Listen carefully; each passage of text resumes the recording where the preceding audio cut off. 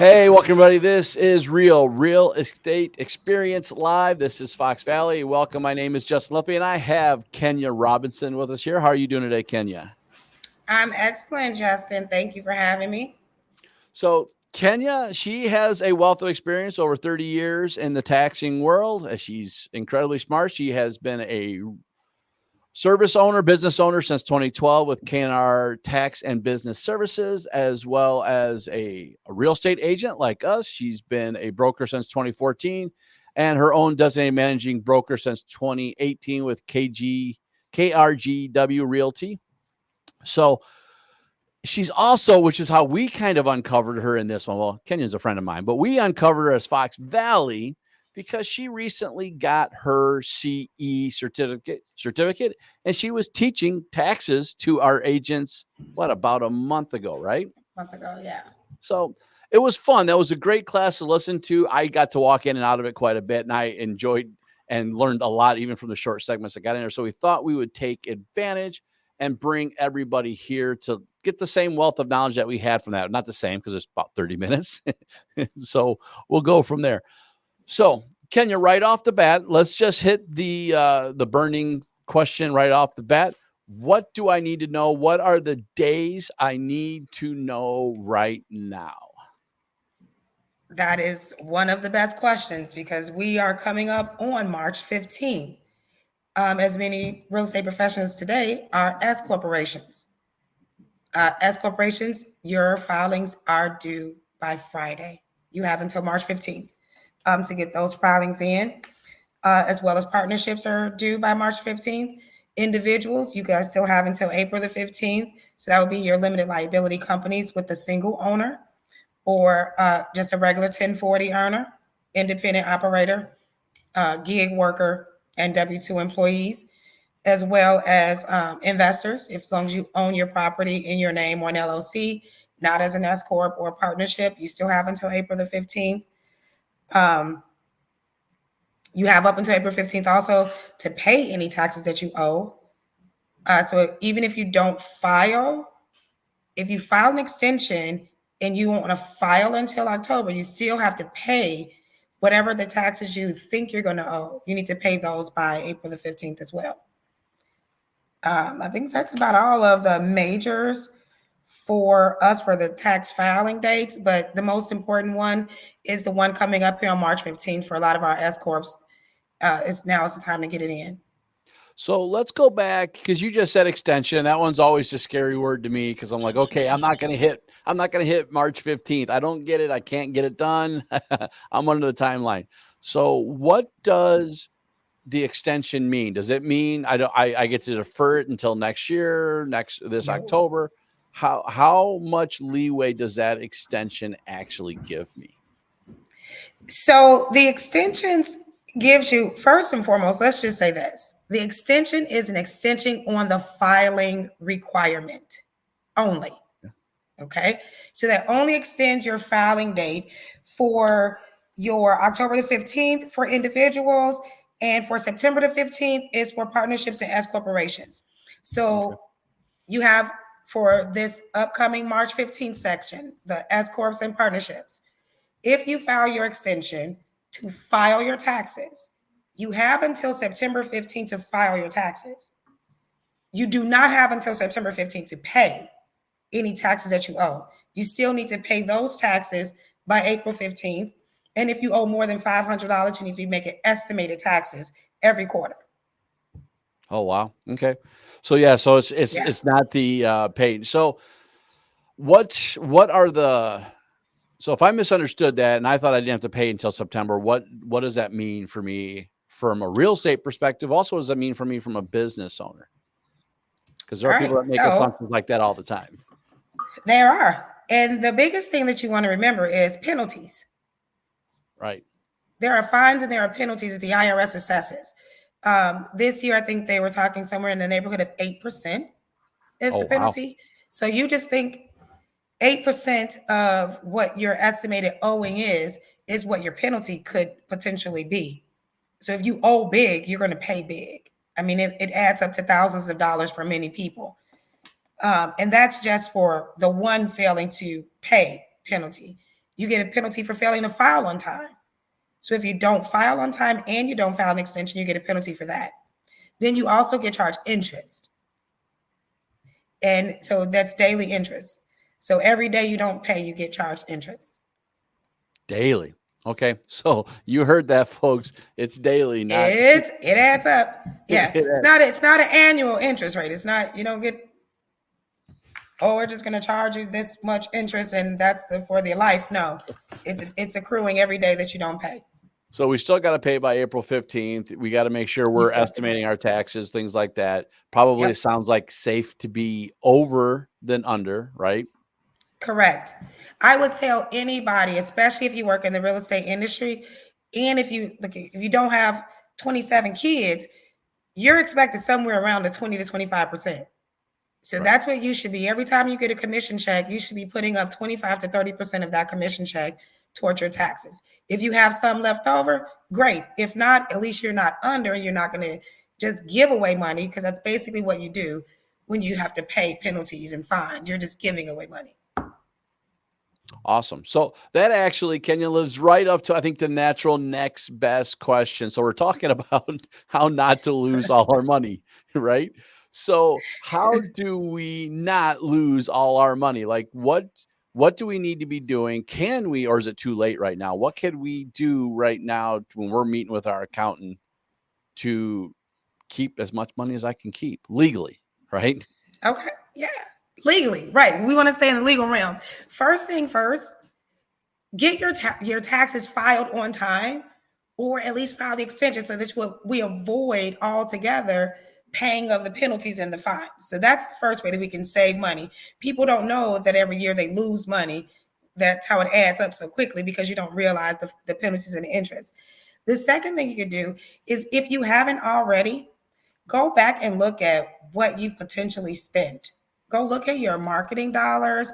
Go back and look at the Main Street or Fox Valley or Three Rivers. Look at what you've paid in the associations minus your RPAC contributions. Any of your monetary RPAC, REAF, or anything like that, minus those contributions that you can write off as expenses. The other thing that I would say is, right now, look at where you are today. If you're not already tracking your miles, your gas, your meals, if you're having coffee with your agents or coffee with clients, you should be tracking that. And if you're tracking that, it'll help you better assess where your money is going, number one, but then also it helps you understand what you can write off, because there's limits to a lot of the write-offs. The other thing I would say, if you bought a car this year or you plan on buying a car this year, keep your paperwork, because you get a personal property tax that you can write off when you buy your vehicle, but you only get to write it off the first year that you bought the vehicle. You get to write it off in that year. You also get to claim, if you put down a large deposit, maybe a Section 179 expense, which could give you a nice larger deduction off of your expenses, so that you don't have to wait for depreciation or amortization on most of these items, your big ticket items. The other one, keep track of your home office. Your home office, make sure you know the size of your home, the size of your office. Make sure you know what you're spending on utilities, how much of your income is being derived from your home office, because that's another big one that a lot of people miss. They don't even know to take that home office expense, so they miss it. And that's lost money. That's lost money on the table. So while you're thinking, while you're saying that one, I don't want to interrupt you too much, but that one's interesting, because I don't do it. To be completely honest with you. Wow. Because I don't charge. I don't think about it anyways, right? I don't have my dollars out there. So how does that work? How can you take advantage of having like, I'm assuming it has to be a real home office. It just can't be your kitchen counter. Yeah. How does that work? Is it square footage? I think you said something along that lines, but I want to be more clear on what we just said. Square footage, is it based on the price point, dollar per square foot of the home sold? What does that look like? So it's not a dollar per square foot. There's a mathematical algorithm that the IRS uses, and it's a percentage base. And the percentage could vary. But what you want to keep in mind is you can have a dedicated office space. And then what that would do is anything that is an indirect expense will be percentaged out, right? Okay. So utilities and whatever. But say you have an office and you have a designated wireless internet that's only for that office. It's not used anywhere else. That's a direct expense. It could be written off at 100% of its cost. Oh, wow. Right? If you had to remodel this facility, your office space, and it's used as 100% for office for your business, you could expense what it took you to remodel that.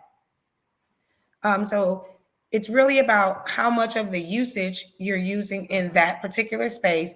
And there are ways that you can have an office space that is not even 100% dedicated. So if I have my kitchen closed off to the rest of the family from 9 a.m. to 5 p.m., I can still claim that home office expense, it's just a smaller piece of the pie that you get to write off because it was usable by both personal and business. I like that. So I just heard you need to have an at work sign in the kitchen and tell everybody they can't come through the kitchen between those hours. Yeah. Yeah. Because how many of us have actually met, like if we're, with our clients and we have our home office, and sometimes we have to have them come to the home office. And maybe we can't meet in the office all the time. Maybe we're meeting in the kitchen. Maybe I'm using part of my living room from time to time as an office. Maybe my office is a piece or part of my living room, right? It's very hard to determine what's 100% designated inside of a home outside of you having a locked door, right? So just keeping track of when you're using your house and how you're using your house and the areas of your house that you use, that's really what's the most important thing. And being just able to document and track some stuff, just not pulling it out of thin air. Okay, excellent. That's interesting. So let's go back because we were talking about before we got started on here, and I had to admit I did a very bad job of this one. You said, well, two things. You said car purchase, which I do know when I purchased my car, used or new, it doesn't matter. But when I purchased my car, I got to take a credit at that, or, I got to take advantage of that purchase at that year. And my accountant, just like you said the same thing. Do not miss this one. And I literally bought it like December 15th. So, I jumped on it the last bit. But you also mentioned keeping track of mileage and gas. Because when I actually got talked to my original accountant, they said, you purchased on a company account. Don't worry about it. Don't worry about the mileage. Gas is what matters. And you shook your head at me like that was a bad idea. So let's talk about that. Why do we need to keep track of our mileage so much? Why is that so important? As long with our gas purchase, obviously, because that's a physical trackable expense, but obviously mileage should be trackable, but not always, right? Yeah. Yeah. So mileage. So there's two very important pieces of the vehicle expenses that a lot of people miss. Mileage is one of them, and depreciation is the other. So the reason why I like you to track miles, so I can see whether or not we want to use a standard deduction or an itemized or actual expense, right? If we use the standard, it's 6.655 cents, right? 65 and a half cents per mile is what you get to expense. And that's without keeping track of everything. That's the maximum that the IRS will allow you to deduct as a vehicle mileage expense. That takes into consideration, though, the purchase price of the car, depreciation, the gas, the auto insurance, everything, right? So for 65 cents a mile, they're lumping all of your expenses into that one category for 65 cents a mile. But if you track your miles and you track your expenses, we can then determine whether or not it's a better option for you to use actual expenses. And then you can also recover the depreciation, which is an additional deduction that doesn't cost you anything. Right. So what I just heard, which is what I realized this year the hard way, was there was no pro and con strategy. There was no versus analysis they got to do for me. They just had to go, this is what you gave me. I don't know if we could have done better. Yes or no. Exactly. So perfect. I like that. Um, any other big things we need to be tracking of that we most commonly forget to track? So from see Even outside the car. vehicles, right? As I said, vehicles, the home office use, those dues. Advertising dollars, though, is another huge one. Like people don't, if you buy a T-shirt and it says Realtor or it has your company name, it's branded. That's advertising. We should keep track of that. Just like um, I have one client. She's almost everything she wears has her company name, her company logo, Mhm. everything on it. She's always a walking billboard for herself. And for years, she was missing out on capitalizing on those expenses. So we talked a little bit about it and it helped her understand what that looks like. So it's not every piece of item that you wear, you go put your logo on it so that you can get it as a write-off. But when it's visible and it's seen as branding, that's considered advertising. You can write those off. And a lot of people miss that. We're walking around with I sell real estate on every single day. We're advertising when we do that. So just keep track of how many t-shirts you bought this year. And you probably find a few extra hundred, maybe even $1,000 in some added expenses that you can right off there. The other one they miss a lot is the multiple organizations that you pay for, right? Because you may have signed up with the Chamber of Commerce in your area. You may be signed up with multiple organizations, real estate boards. You may be signed up with other areas in the libraries. Like we make all these donations to libraries. We do sponsorship packages and such. Those are right up. Those are expenses that you can write off. They're not charitable donations. Those are business expenses, and we're not keeping track of that. So you're missing that large chunk because when you get to your accountant, and your accountant says, "Well, where's your letter from the charity?" and you say, "Oh, it wasn't a charity like that," well, then you can't write it off, right? But Right. if you write them off, you give them as a business donation, you can write those off as a business expense. So we miss a lot there. Um, I think that's the only ones that come to my mind for the Sure. most part right I, now. I think that one's huge though, because I we do it a lot as real estate professionals, right? We will donate to the cause, and part of the advantage of donating to the cause is you get to be a sponsored vendor, right? You get to have this Yes. logo and actual advertising. But we think about it one way, and we don't think about it as a taxable opportunity, you know. Yeah. So Yeah. I think that that's huge, right? Because it's being more diligent in how we're thinking about what we're tracking because it's not about what we do because we do a lot. It's about keeping track of what we did, quite Keeping literally on track. that. So Yes. that's awesome. I think that's great. That helps us out a lot. Now, before we go into 2025 question, I do want to sit there because we've mentioned it a lot today already. LLC, C corp, S corps. We've mentioned these. We've so let's take away the jargon and let's get down to what they are. So, what Okay. is the difference between these three? So, first, explain to us what's the difference between these three, and then afterwards. Now, mind you, it is Kenya's opinion, but I always love to have the expert's opinion on this. If we're looking to make a corporation, what should we be leaning towards? Yeah.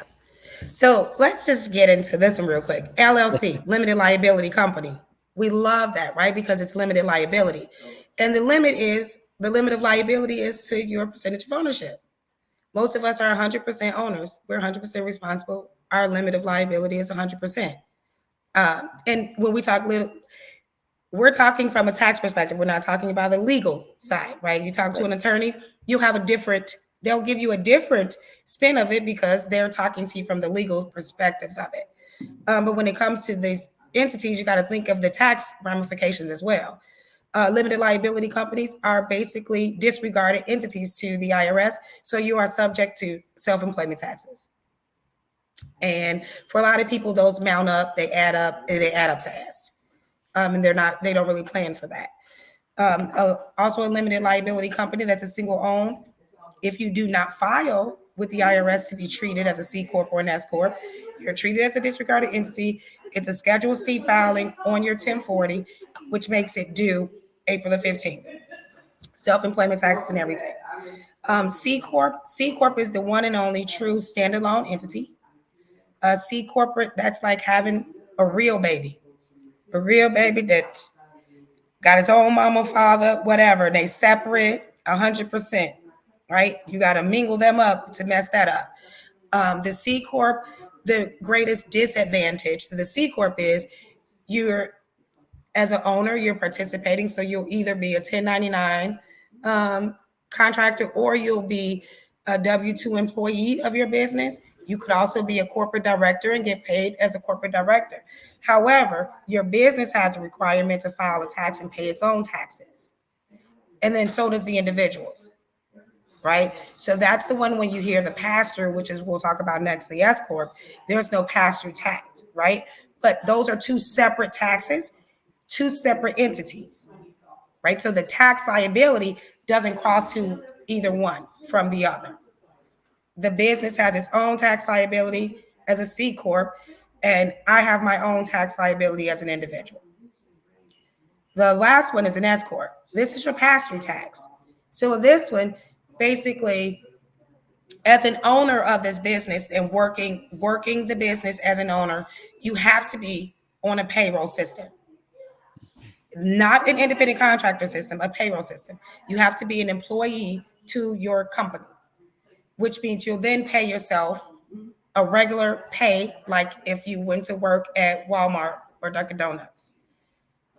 So you'll have a W-2 for that. Then whatever the profit is, it just passes through to your personal taxes, right? You hear profit tax being said.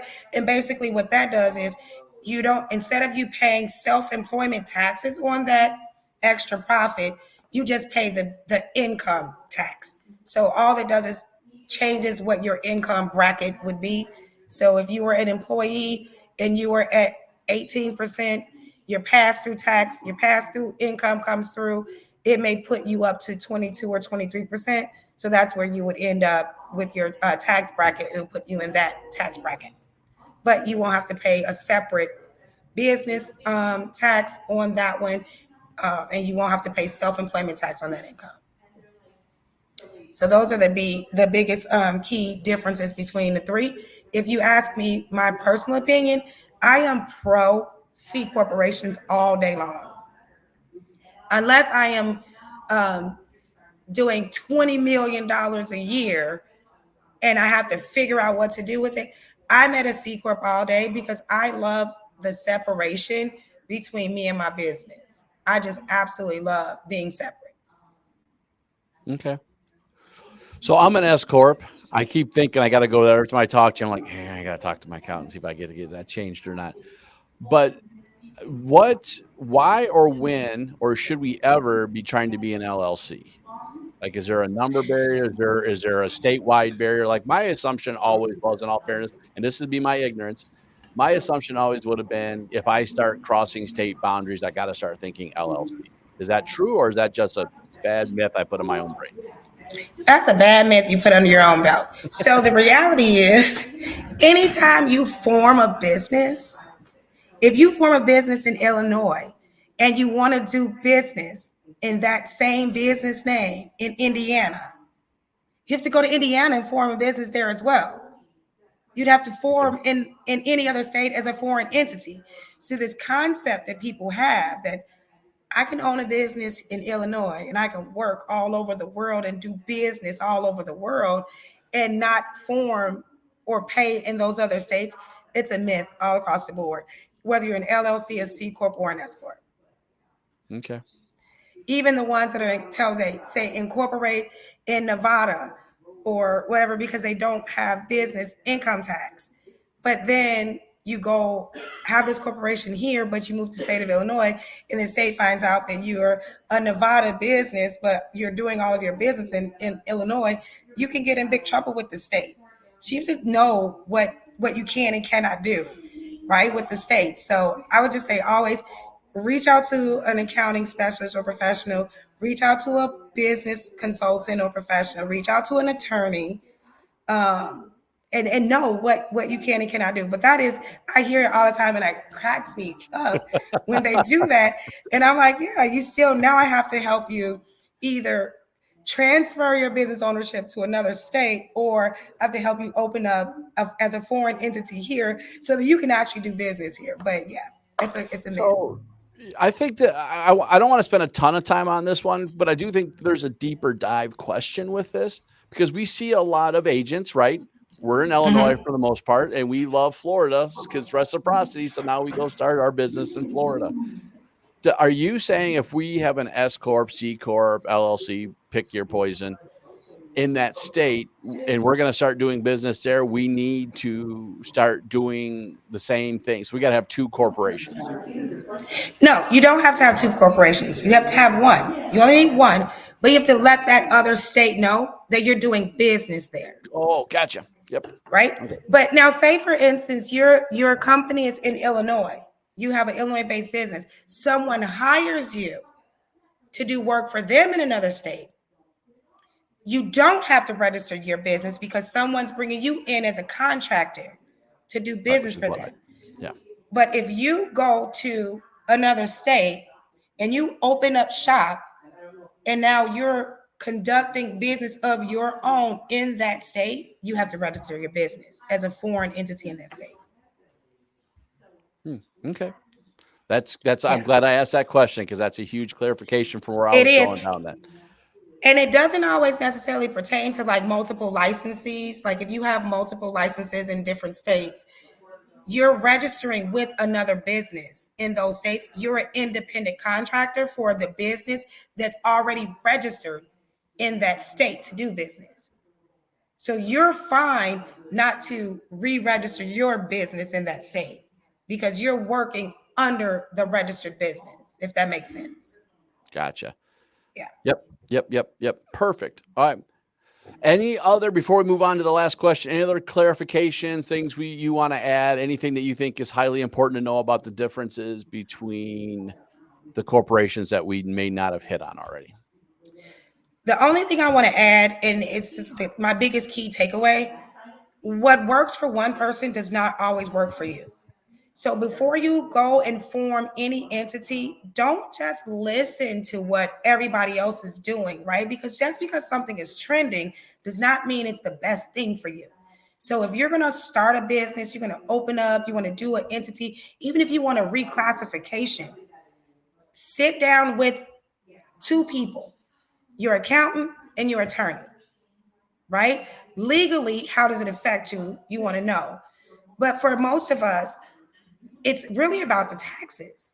It's about how much money is it going to cost me or save me, right? Where do I have the most advantages to write off expenses and maximize my money without giving it all away? But it's different for everybody. Right. And we all have different goals. So don't just listen to what any and everybody says. Don't follow what everybody else is doing. Sit down with your professional, pay your consultation fees, get the real information from the real experts, and then make a very well informed decision. Well, and I'm gonna definitely echo that conversation, because there are services out there all the time that will offer you free corporations or discounted or cheap, and that's fine, right? Because we're all on real estate budgets, so I understand that. But in this example, I will definitely echo what Kenya said, is the fees are worth it, right? Sit down with those consultation. They're doing that because they are the professionals. They know what it's worth. They know the value of that Yeah. stuff. And in the end, you're going to be way better served. So yes, I will definitely echo that conversation immensely.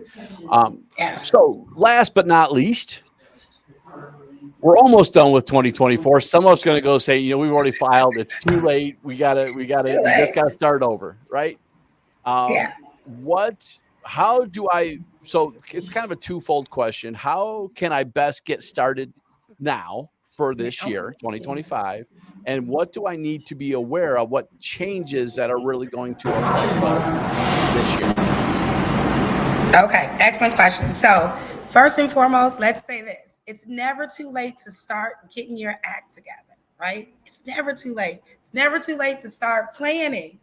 And it's never too late to implement a new plan. So, touching on the two things that we were talking about the most, like vehicles, download Mile IQ, download a vehicle tracking system. And then every time you get in your vehicle for a business, click the button, run the miles. When you're done with the business, turn it off. It's tracking it for you. It's not even like you have to manually do it. You just have to condition yourself to remember, hey, I'm going on a business run. Hit that button and let's go. Mile IQ tracks it all. And then at the end of the year, December 31st, it'll put it, that's how many miles you drove for business. Here's how many miles you drove personally, whatever. Now you have something you can give your tax preparer that's going to really save your butt. That one. And then download, there's so many free accounting programs out here. Like there's one called Wave, WAVE. Wave, it's free accounting. You could just download it. They have invoicing if you need to do invoicing. But just something to track. QuickBooks has a small business. They have a self-employed version and they have a small business version. Fairly inexpensive, but they link to your bank accounts and you can track everything and sort everything out. And if you can condition yourself to do that and you go in and do it like once a week or once a month even, like you would reconcile your bank ledger, your bank balancing ledger book, it's no different than the QuickBooks or one of the other free softwares you can find out there. But I would definitely say start right now. Start tracking your expenses. And you'll thank me later because not only will you be more prepared for tax season, but you'll know where you need to trim the fat. You can gauge where you're spending money at unnecessarily. You may find out that you do not need to spend $800 in Starbucks because you may not even realize you're spending that kind of money. So that's one of the other ones. And the other thing I would say, plan ahead. If you already know that you're going to owe more than $500, reach out to somebody. If you don't know how to do it, get onto the estimated tax payments because the penalties of not paying those taxes, it's earned income. So the IRS expects you to pay it as you're earning it, not pay it after I earn it and spent it and did what I wanted to do and then I'll feel like paying you. It's not that way. Pay as you go. That is why they take it out of your checks when you're a W-2 employee because it has to be paid as you go. So get set up on that plan. Make a mental note to put away money every month and pay it to the IRS and the state every quarter. And let's not forget we have state. State filings are the same as IRS filings, but state is probably one of our most important because we don't want to lose our licenses from not paying our state taxes. So that's huge for going into next year. Make sure you're getting that together. And then just plan for the next year, plan for the future. The tax laws change every day, dang on there. I feel like they just changed yesterday and we got a new one coming tomorrow. But follow up with your tax professional. Don't wait until it's time to get your taxes done. Reach out to your tax professional at least once or twice a year to find out if there's anything on the horizon that you should possibly or potentially need to implement or modify, right? Because we lost child tax credits. So some of our clients who had child tax credits, they changed because we had a lot of extras during the pandemic and coming out of the pandemic, and they expired. There's a bill to add some back, but it hasn't been approved yet. And we don't know if it will be. Right? It passed the House. It still hasn't passed the Senate. Right. But just knowing what changes are coming will help you understand whether or not you need to put more money to the side. Or if you can keep a little bit more money in your pocket, because if there's some new credits coming, then maybe that'll lessen what you owe. So just staying in front of the tax changes and not always behind it. And jump off of the hamster wheel. Right? Get off the hamster wheel. Let's not always be trying to play catch up. Get proactive, start tracking everything you spend. Once you get in the habit of doing it, it becomes like second nature. And then before you know it, you're set up. You're set up for success. Excellent. I love that. Those are all great. And really all I heard time and time again from you, have systems. Have those systems. Systems have systems. Yes. So I appreciate that. Well, Kenya, I do appreciate you being here. I appreciate you spending time with us and our agents at Fox Valley. I think this was tremendously valuable. Before I let you go, any last thing that you feel like I did not ask, anything I did not say, or lead you down the right alley to answer those questions? Well, we're going down the other alley. I mean, we talked about it, whether or not it's a good one. We're gonna throw it out here, but this will probably most likely be a follow-up, and it'll Mhm, probably be more live, maybe a live one, because we'll need this will be a lot of Q&A. But the Transparency Act, the beneficial ownership reporting, it mhm. is huge. It affects pretty much every last one of us that are doing business. If you have an entity name, if you're just working as your own person under your social security number, then that's fine. But if you have a registered business, if you've registered with the state of Illinois, you must do this. If you have less than 25 employees, you must do it. They did. They gave us a little bit more leeway. Right now, we have until the end of the year to get the reporting done. But if you don't, it's $500 a day. $500 per day. It's no joke. This is no joke. So we're gonna have this conversation, but everybody, if you want to know what you need to do, you need to get with somebody who knows about the beneficial ownership reporting, and you need to get into the knowledge of that, because 2025 it's going to be a different ball game. It's going to be a different ball game for business owners. That's entrepreneurs, independent contractors that are working under a business name. All of us are the same, and it's going to be a game changer. And the act for transparency, it's 100% real. Yeah, no, that's definitely we're gonna have to have a part 2 to that one because that feels like that's its own 30 minutes of time That's probably an hour. or an hour, whatever it Yeah, takes. that's gonna be an hour. It's gonna be a lot of questions.